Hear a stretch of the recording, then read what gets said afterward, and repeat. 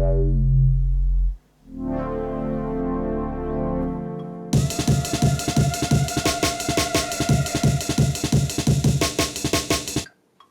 guys, my name is Andre aka Mark Renton, and today I would like to talk about my DAW template. So what you see is there is no template, not yet loaded. So what am I talking about? Like for years I was spending my time, and this was not just Ableton Live, but I started with Cubase and then Reason and then Logic and now Ableton and then Logic and now Ableton again and whatever. But for years I was always, like starting with a blank template.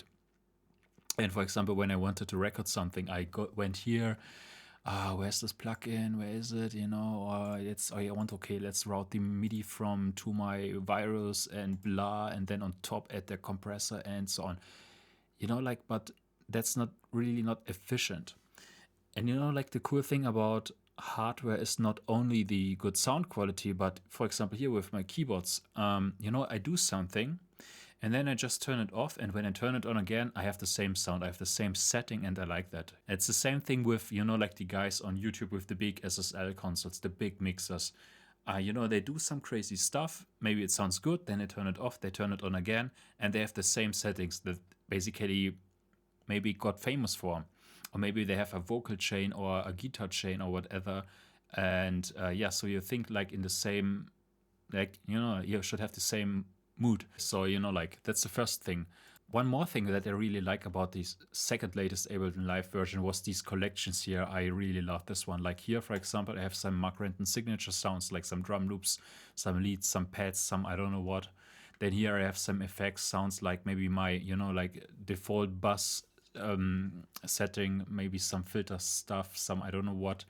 Yeah, so that's already starting. Or that's not really a template, but that's already where it starts, having some settings that you like. So let's fire up my template, and here you see already I have got iterations of my template. So there's the latest template version of mine, which is the February of 2021, and I am more or less all the time, constantly, and I'm updating my template. Just recently I added a MIDI CC plugin on top to my MIDI channels. Just details, but I'm just saying there are iterations of my template. So let me just open it. Takes a while, so drink a beer.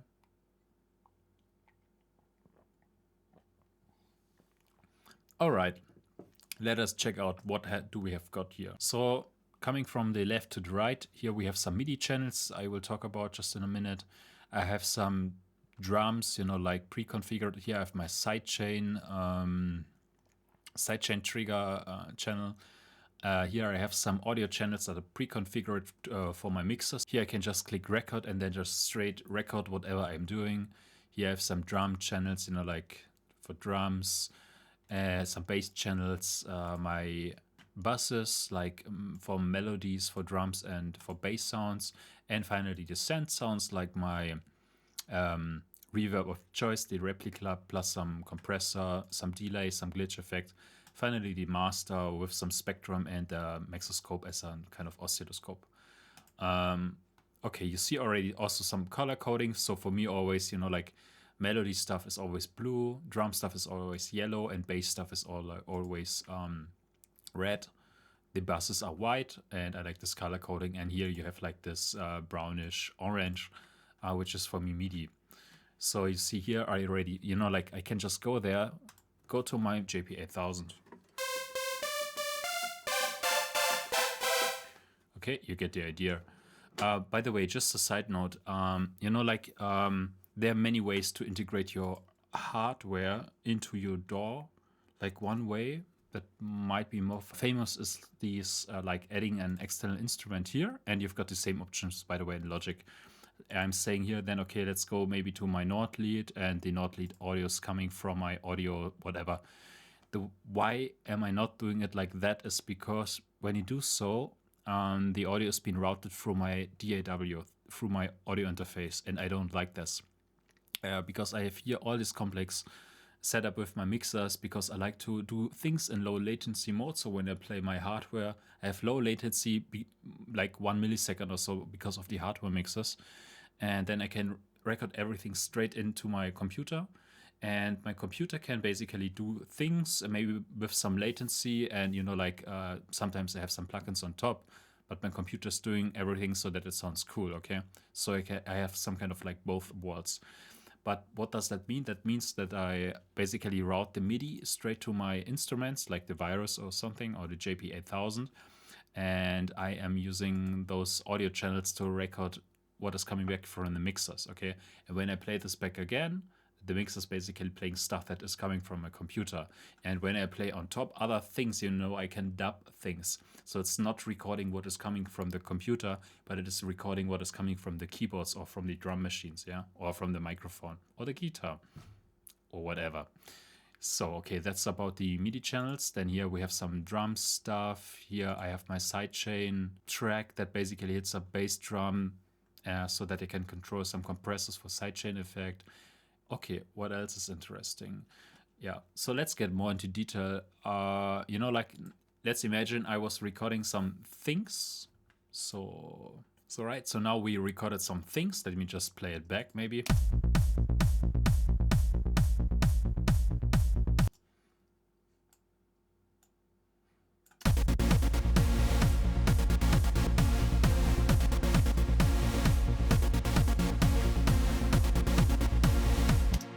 So why I'm showing you this is because this is just as I'm doing some things. I just had this trance idea in mind. Thought like I need to record this. I had this for days in my head. Okay, so finally I recorded it. And it's a good example for a hybrid kind of project, right? So here we have, for example, this is the JP8000. Okay, we have Serum.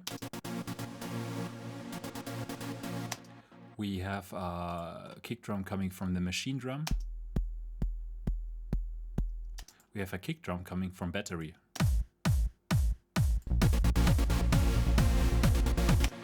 So okay, and then like let's put this to the next level here. As said, I have recorded my JP8000. Have already some plugins on there, like sidechain and whatever. And then I'm going here again to my presets and, for example, add my template for a default bass setting.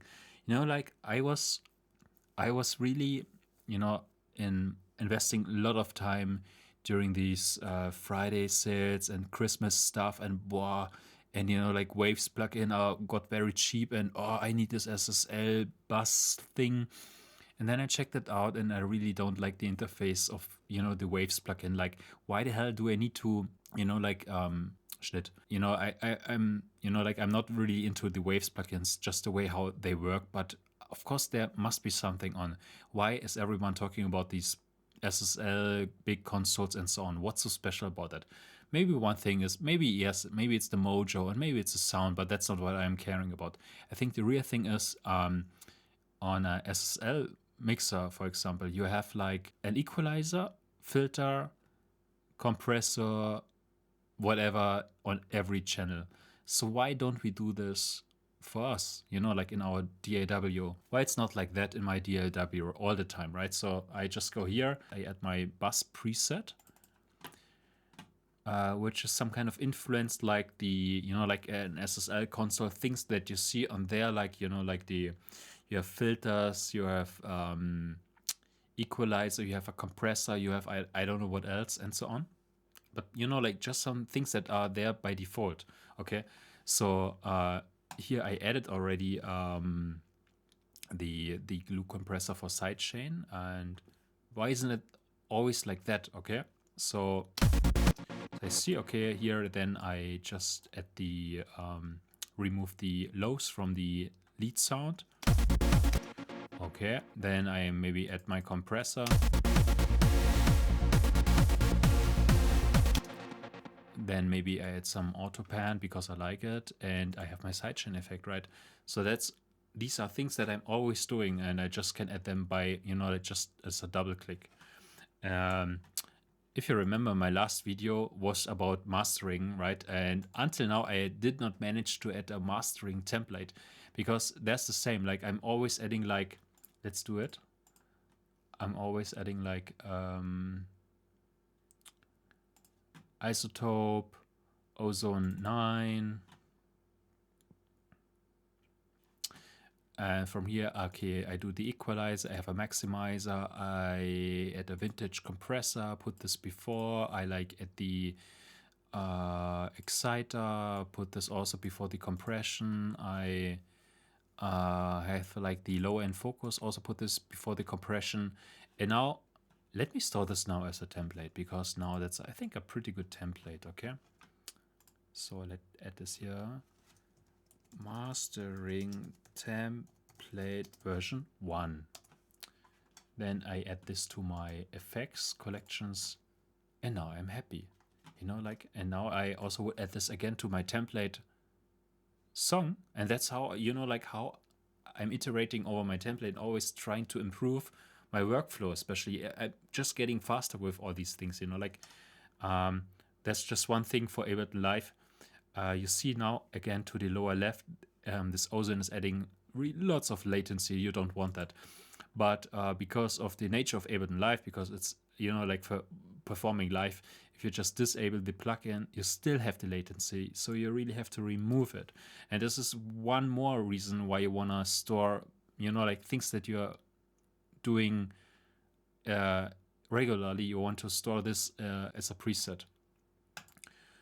This was Ableton Live, and you know, I'm sometimes also telling you that like occasionally I'm using Logic. Ableton Live is a little bit more creative for me. I also have less issues with MIDI stuff, you know, with my hardware stuff. I have some issues with Logic recently, like when I open it, my machine drum, for example, messes up. It's changing all the settings and so on. But you know, like for example, for recording vocals and so on, I still like to use Logic, and maybe I come back to Logic once. But let me also show you my template in Logic. And here I have my track template. I also have a mastering template, for example. It looks slightly differently, but the idea is the same, okay? So here also, like, I here have my buses, I have my sound effects, some more, I have some audios, and I used to have a more complex template when I was using Logic 9.